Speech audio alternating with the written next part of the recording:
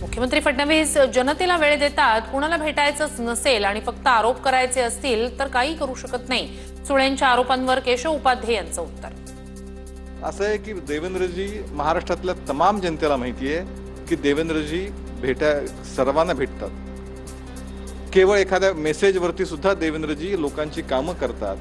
हे महाराष्ट्रातल्या जनतेने अनेक वेळा बघितलंय. आता त्यांना भेटायचंच नसेल तर वेळ देत नाही वगैरे ही कारणं ठीक आहे. बाळा नांदगावकर आणि अनिल परब यांची भेट. मोर्चाच्या नियोजनासंदर्भात अनिल परब आणि नांदगावकरांमध्ये तासभर चर्चा.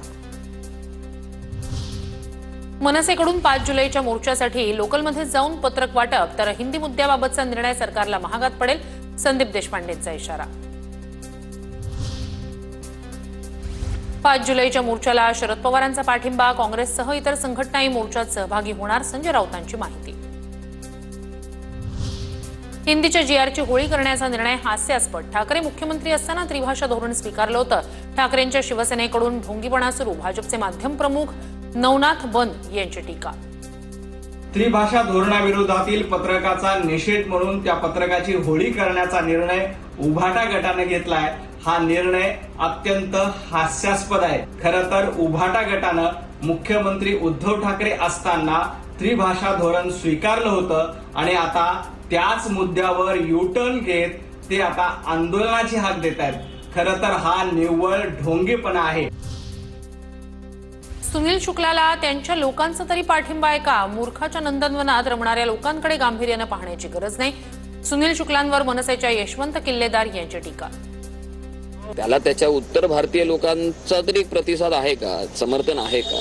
कोण? तू स्वतःला एक उत्तर भारतीय नेता स्वतःच्याच घोषित केलेला आहे, स्वयंघोषित आहे तो, की एक मूर्खाच्या नंदनवनात रमणारे ही लोक जे आहेत यांच्याकडे गांभीर्याने न पाहिलेलं बरं. भाषा सक्ती करून येत नाही, भाषा आईकडूनच शिकली जाते. हिंदी भाषा सक्तीवरून सयाजी शिंदे यांचा सरकारला टोला. तर भाषेचा अभिमान रोज बाळगला पाहिजे. नागराज मंजुळे यांची प्रतिक्रिया. भाषा सक्ती करून कधी होत नाही. मुळात आपण आईकडून भाषा शिकलेली असतो, तीच भाषा खरी असते, तीच टिकते. हे अशा वेळ येतील जातील, अशी सरकार किती येतील जातील, पण भाषा टिकून राहते. हजारो वर्षापासून भाषा टिकून राहते. ती काय आपल्या ह्यांनी सक्ती केली म्हणून लगेच बदलत नाही. आणि भाषा जे आपण आई पहिलं विद्यापीठ आईबाप असतं, त्यापेक्षा मोठं विद्यापीठ कुठलं नसतं. सर्व माध्यमांच्या शाळेत मराठी शिकवणं बंधनकारक. मोदींच्या मार्गदर्शनाखाली मराठीला अभिजात भाषेचा दर्जा. हिंदी भाषेच्या मुद्द्यावरील आरोपांनंतर दादा भुसेंकडून स्पष्ट. त्या राज्याची जी राज्यभाषा असेल ते शिकवणं त्यांना बंधनकारक त्या ठिकाणी करण्यात आलेलं आहे.